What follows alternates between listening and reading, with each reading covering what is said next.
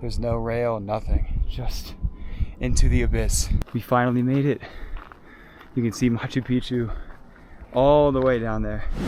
What is up, guys? Welcome to Machu Picchu. So right now I'm at the base of the mountain and I'm at the intersection. So you can either take a bus to go all the way up to the top. It takes about 10 minutes, but it also costs about 20 bucks each way to do so. Or you can do what I'm doing, which in my opinion is the better way to do it, and go up this path right here. If you can see, there's some stairs that go all the way up, and it takes about an hour to get up there, but you actually earn the view and it's completely free. So I think that's the better way to do it. We're gonna see how challenging it is on the way up. Let's get to it.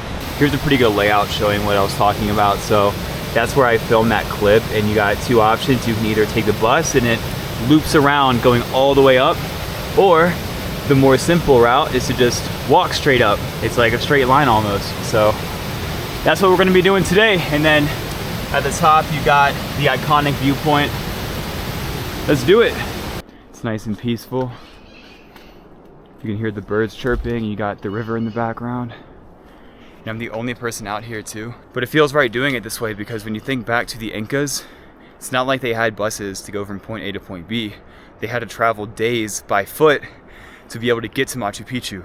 So the least that I can do is spend an hour of my time putting forth effort to be able to walk up the mountain, to be able to admire the view, as opposed to just having it be handed to me. So it's actually really enjoyable too, to get out of that town, Aguascalientes, which is a very touristy spot. And it's not easy getting to Machu Picchu. You have to go from Cusco, which is the closest city, take a bus to Sacred Valley, which is like a 2-hour bus ride. And then from there, it's like a 2-hour train ride to get here. When you get here, you're in a town called Aguascalientes, and it's just a tourist bubble. There's people trying to sell you things left and right. There's not much going on here except a lot of restaurants, people trying to give you massages. So it's a little bit off-putting when you're in such a sacred place like this to have the town be so touristy, but at the same time, you can't not expect that just because of the way tourism is these days. But yeah, it just feels nice to be out of nature, to just be out here alone. Starting to get some views up in the clouds. So beautiful out here. So here's the road that the bus goes on. And then sometimes the trail separates because it has to cross the road. So I just walked from down there, and now the trail starts back up right here. It's got the arrow sign too to point you in the right direction.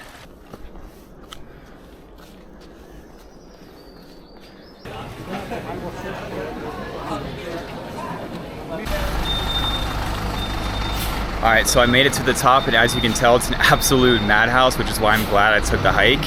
And according to my Fitbit, I did it in 1 hour and 5 minutes, so not too bad. But now I just need to wait in line, and I'll be able to go in a few minutes.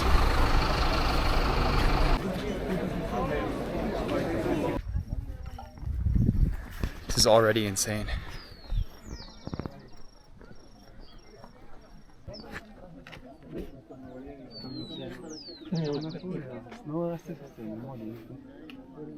And just for a little bit of background on what Machu Picchu is, I'm not 100% sure because I'm not getting a tour, but to my understanding, it was a sacred place for all the powerful elites within the Inca to come here to have like their own sanctuary and have their own place to get away from the city, get away from all the noise. And it was essentially like a private, secret place that no one else knew about. So that's what makes it that much more crazy.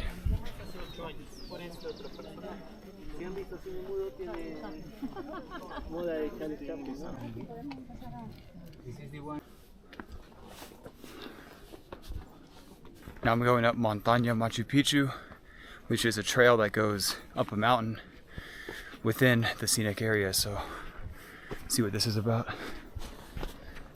We got a viewpoint from all the way up here now. Not at the top yet, but you can see Machu Picchu all the way at the bottom there.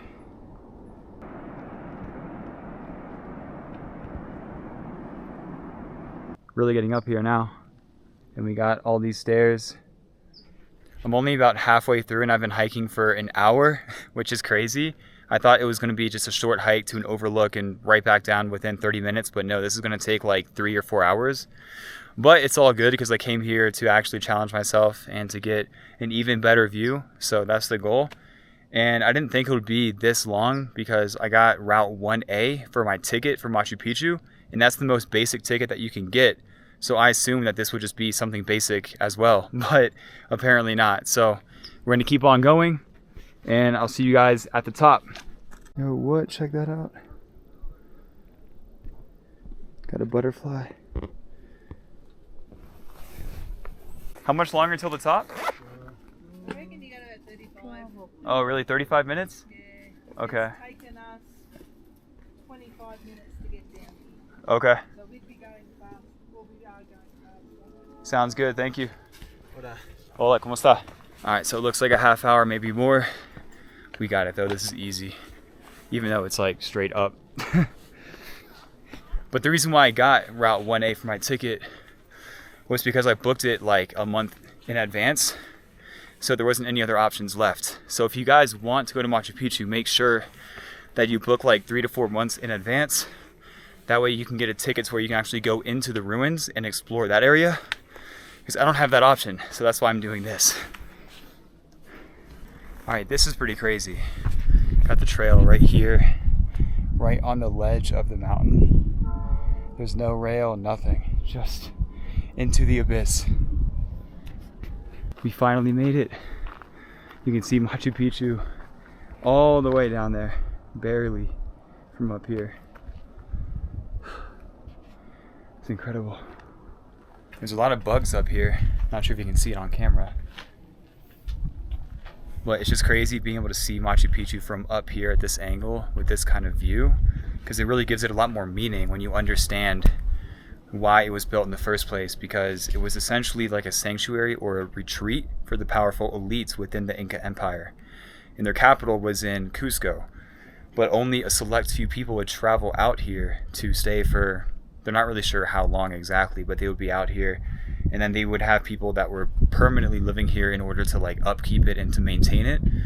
But it was a very sacred place and it had spiritual significance. So when you see it from up here, then you can just really feel like just the immensity of it and just how crazy it is how the Spanish, when they came over here to take over the Inca Empire, they never found it, which is why it's still intact. And that just makes it even more crazy because it still stands to this day. It was built in the 1400s. Yeah, we're able to come out here and experience it. And yeah, it's fucking crazy. All right, we're at a little bit over 10,000 feet. When I started the trek, I was at around 7,000. So that means about 3,000 feet in elevation gain, which is wild. But yeah, made it up here and it was definitely an unexpected journey. So I'm grateful for it. But I'm gonna end the video right here. Hope you guys enjoyed the ride coming along with me to Machu Picchu. But I will see you guys in the next one. Peace out.